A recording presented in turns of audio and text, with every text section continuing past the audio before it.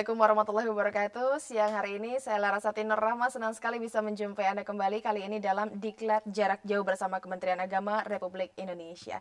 Sekarang ini saya sudah bersama dengan salah seorang Widya Iswara, kali ini dari Balai Diklat Keagamaan Surabaya. Beliau adalah Bapak Solehudin. Assalamualaikum Pak. Waalaikumsalam Apa warahmatullahi kabar? Baik.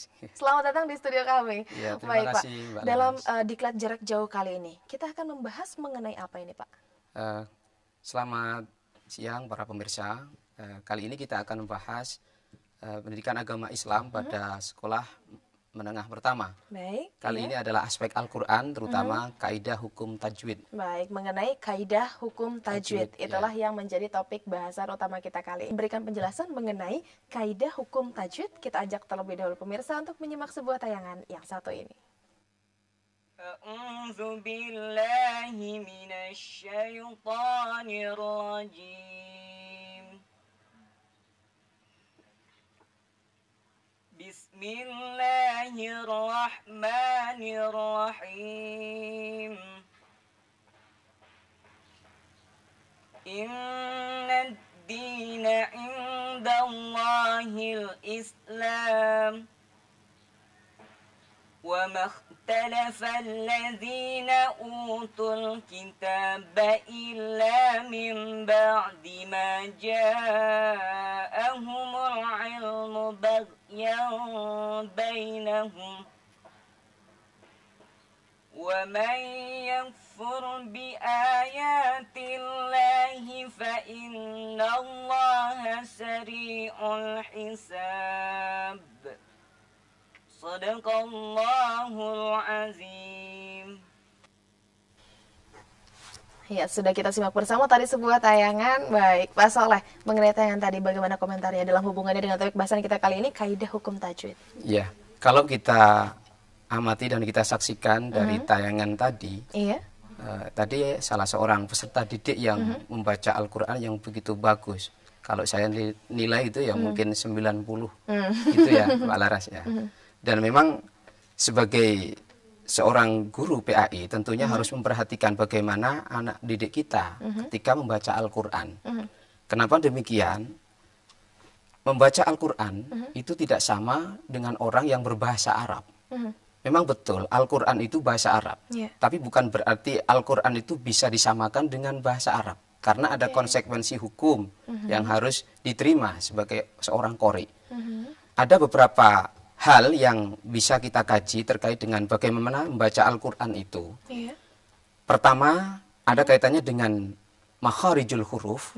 Kemudian yang kedua adalah sifatul huruf. Yang ketiga adalah tajwid. Oke. Baik. Nah, ini hal-hal yang terkait dalam membaca Al-Quran ini tentunya perlu penjelasan lebih lengkap lagi. Mungkin yang pertama bisa kita bahas yang makharijul huruf terlebih dahulu. Yang pertama yang kita kaji adalah makharijul huruf. Yang dimaksud dengan makharijul huruf adalah tempat keluarnya huruf hijaiyah, Mbak Laras. Nah, di mana masing-masing huruf itu ada tempat di mana keluarnya huruf itu. Nah, misalnya bagaimana? Misalnya seperti to. To itu di sini. Nah, di sini to ini. Ya, to ini sentuhan antara lidah dengan ini. Langit-langit? Langit-langit itu ya. Menyentuh dengan gigi. Nah, ini salah satu aja. Kemudian kalau di sini ada lam, lam ini juga huruf yang keluar dari lidah ini. Nah, ini terkait dengan makharijul huruf, tempat keluarnya huruf. Yang kedua terkait dengan sifatul huruf. Apa yang dimaksud dengan sifatul huruf? Sifatul huruf adalah karakteristik huruf hijaiyah.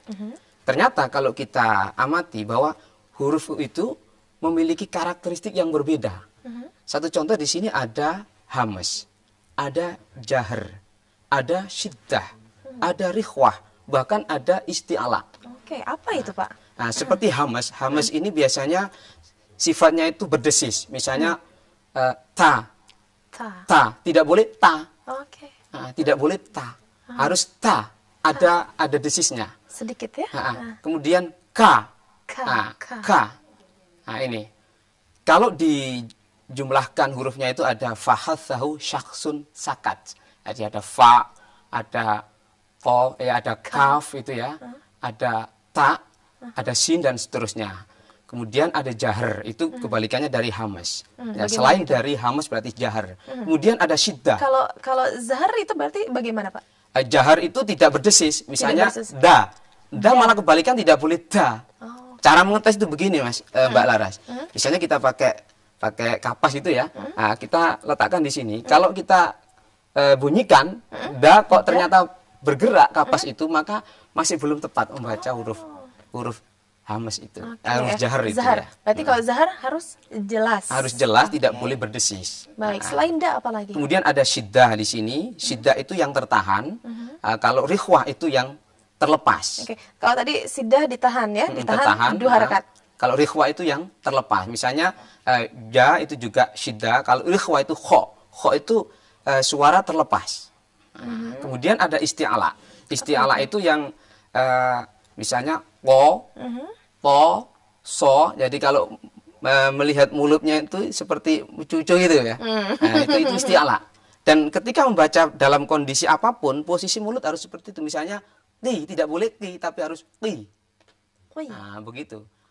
Ti, ti, po, so, ro. Nah, itu ini huruf isti'ala. Isti'ala. Nah, kajian kita ini tidak banyak membahas masalah sifat dan makhorat. Kita lebih banyak membahas masalah tajwidnya di sini. Nah, di sini. Tajwid itu apa? Tajwid itu adalah ilmu yang mempelajari kaidah membaca Al-Quran dengan baik dan benar. Nah, kenapa harus mengikuti kaidah? Seperti yang saya katakan tadi, bahwa membaca Al-Quran itu ada konsekuensi hukum. Ketika ada orang berbahasa Arabnya fasih, tapi Al-Qurannya kurang bagus, ini belum layak menjadi seorang imam di jamaah sholat. Gitu. Nah, bagi mereka yang sudah bagus bacaan Al-Qurannya, nah, ini lebih layak menjadi seorang imam di sholat jamaah. Nah, itulah yang dimaksud dengan konsekuensi hukumnya. Bahkan ada hukumnya sendiri, ketika membaca Al-Quran dengan baik, itu hukumnya fardu ain. Nah, seperti Mbak Laras, membaca Al-Quran juga harus baik. Nah, dulu pernah belajar di mana, Mbak Laras? Wah, dulu madrasah-madrasah dekat-dekat rumah. Ya, jadi hukum bacaan membaca Al-Quran itu fardu ain. Nah, ketika belajar ilmu tajwid, membaca Al-Quran dengan ilmu tajwid, belajarnya ini dihukumi fardu kifayah. Artinya satu kampung itu misalnya tidak ada satupun yang belajar ilmu tajwid, kemudian akhirnya bacaannya salah semua, maka satu kampung itu berdosa semua, Mbak Laras. Nah, itulah konsekuensi hukum yang harus diterima ketika kita membaca Al-Quran. Baik, mengenai ilmu tajwid apa saja yang harus kita ketahui mengenai ilmu tajwid ini? Baik, Mbak Laras, di sini bisa kita saksikan di tayangan berikut. Ini adalah skema tentang hukum bacaan tajwid. Yang pertama kaitannya dengan al-ta'rif. Apa itu, Pak? Al-ta'rif itu hukum bacaan yang terkait dengan lam ta'rif. Ada alnya biasanya. Nah, kemudian di sini ada idgham syamsiyah, ada idgham idhar qamariyah dan idgham syamsiyah. Kemudian yang kedua adalah nun mati atau tanwin. Nah, ini ada beberapa hukum bacaannya. Kemudian di sini ada mim mati. Nah, di sini ada 3. Ada hukum bacaannya, ada idhar syafawi, ada ikhfa syafawi, ada idgham mimi. Kemudian ada qalqalah. Qalqalah itu juga begitu, ada sughra, ada kubro. Kemudian di sini ro tafkhim dan ro tarkik. Kemudian yang terakhir adalah mat. Di sini kami ambil ada 3 saja yang bisa kita kaji di sini, yaitu mat tabi'id, mat arid lisukun, dan mat jaiz. Nah, nanti akan kita jelaskan satu persatu apa saja hukum bacaan al-ta'rif, nun mati, dan seterusnya. Terima kasih banyak Pak Sholihudin untuk penjelasannya kali ini. Dan terima kasih banyak juga untuk Anda yang selalu setia bergabung bersama kami di Televisi Edukasi. Sampai di sini jumpa kita kali ini. Saya Larasati, Pak Sholihudin, dan seluruh kru yang bertugas mohon undur diri. Tetaplah bersama kami, Televisi Edukasi, televisi yang santun dan mencerdaskan. Selamat siang dan wassalamualaikum warahmatullahi wabarakatuh.